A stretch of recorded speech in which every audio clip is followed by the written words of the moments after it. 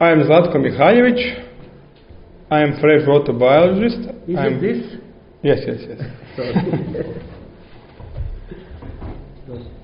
I am working at Department of Biology, Faculty of Science, University of Zagreb, and I will present our results about benthic macroinvertebrates of floodplain area in Kopački Nature Park.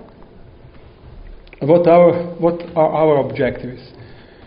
Our objective is to analyze the composition of benthic invertebrate assemblages, identify the similarities and differences among monitoring stations, and to determine if benthic macroinvertebrate is a good indicator of anthropogenic activity in the floodplain. This research is actually part of Natura Vita project.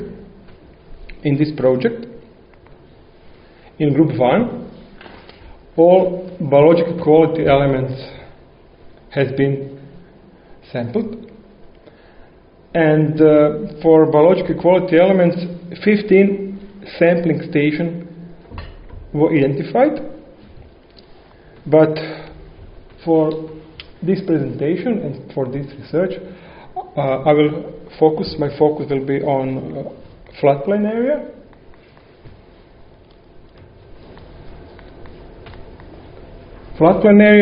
And sampling station number 8 is situated in Danube River, and these results are not covered in this presentation. Floodplain area can be divided in two parts. On the left is former floodplain area.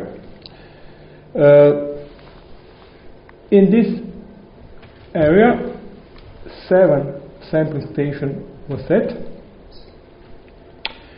This area is not actually today connected with the Danube because of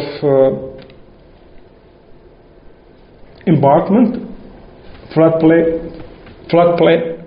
protective embankment was built and prevent entering water from Danube to this area, and these are sampling stations in this former floodplain area. Stations are actually at former natural channels, but in meantime these channels are dredged, maintained, and we can call these water bodies heavily modified water bodies. In these channels, water is mostly stagnant, ecological conditions are lotic, and as you can see at almost all of these sampling sites, dense macrophytes were developed, and you can see floating macrophytes were present at all of these sampling sites. Between Danube and the embankment there is present floodplain area. In this floodplain area also 7 sampling stations were set. Sampling station from number 9 to 15. We can say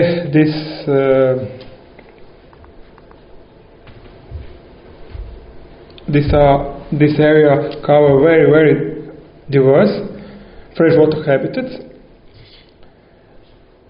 As you can see, mostly without floating macrophytes. Only 1 sampling sites are covered with floating macrophyte. Other sampling sites are usually without floating macrophytes.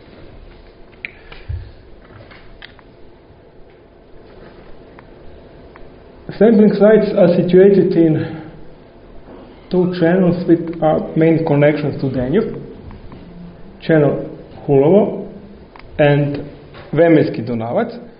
Also 2 lakes were sampled and covered with sampling sites. Very shallow Kopački lake and shallow Sakadaš lake. Also, with sampling, two shallower channels were covered. One is Četverokut channel. This channel can dry out in summer season, as was the case in the August of this year. And channel next to Semenča pond. This is also a relatively shallow channel, as you can see, and sampling can be done through the channel. In deeper channel, sampling is done in littoral part up to 1 meter depth. We have some problem with sampling channel Zlatna Greda because it is very hard to access and sample macroinvertebrate in this channel. This channel is relatively deep. So the sampling site is situated inside channel. It's a very shallow side channel of Zlatna Greda. It is shallow and colonized with floating macrophytes. Sampling was done 4 times, in summer and autumn 2020 and in winter and spring 2021. At each sampling site, 10 sub-samples were collected using hand net, and all microhabitats covering at least 10% of the area were sampled, proportional with their coverage at the sampling site. Physical and chemical characteristic of study sites is we can say after mean annual values of basic physical and chemical parameters, including some other parameters such as arsen, copper and other metals. But we can say that there is no significant differences between sampling sites situated in former and in present floodplain area. Slightly lower oxygen concentration and saturation was characterized for the sampling site situated in former sampling area. I will say what is the reason for such situation.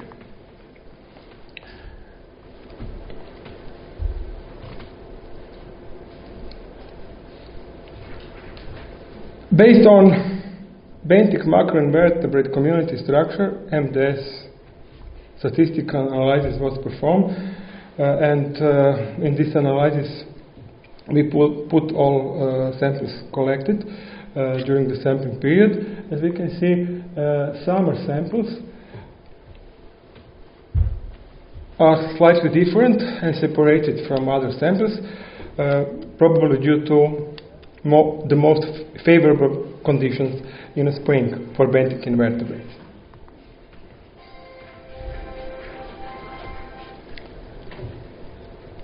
We use the same statistical analysis to see if there are any differences in community structure between sampling sites in floodplain. As you can see, present floodplain area is clearly separated from former floodplain area. One exception is only channel Zlatna Greda.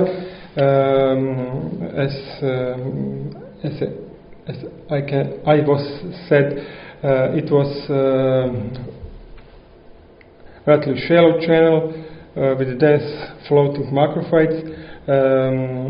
It was visited regularly with wild animals.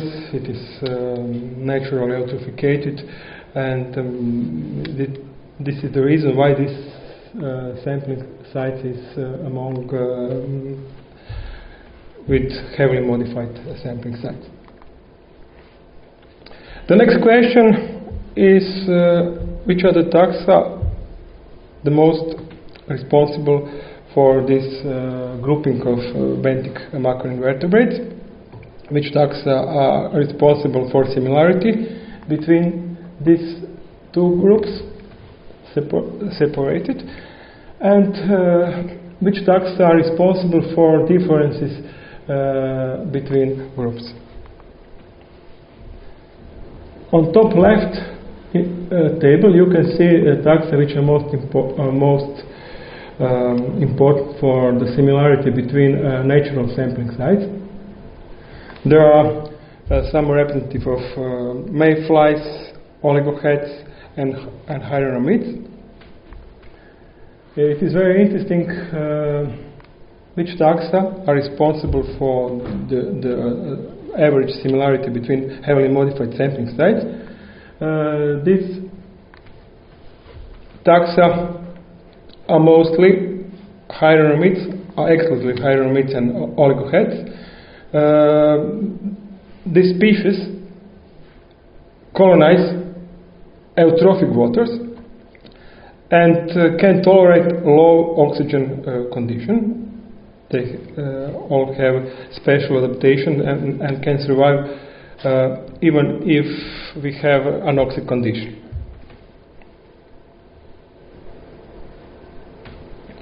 We suppose this was mainly due to dense macrophyte vegetation.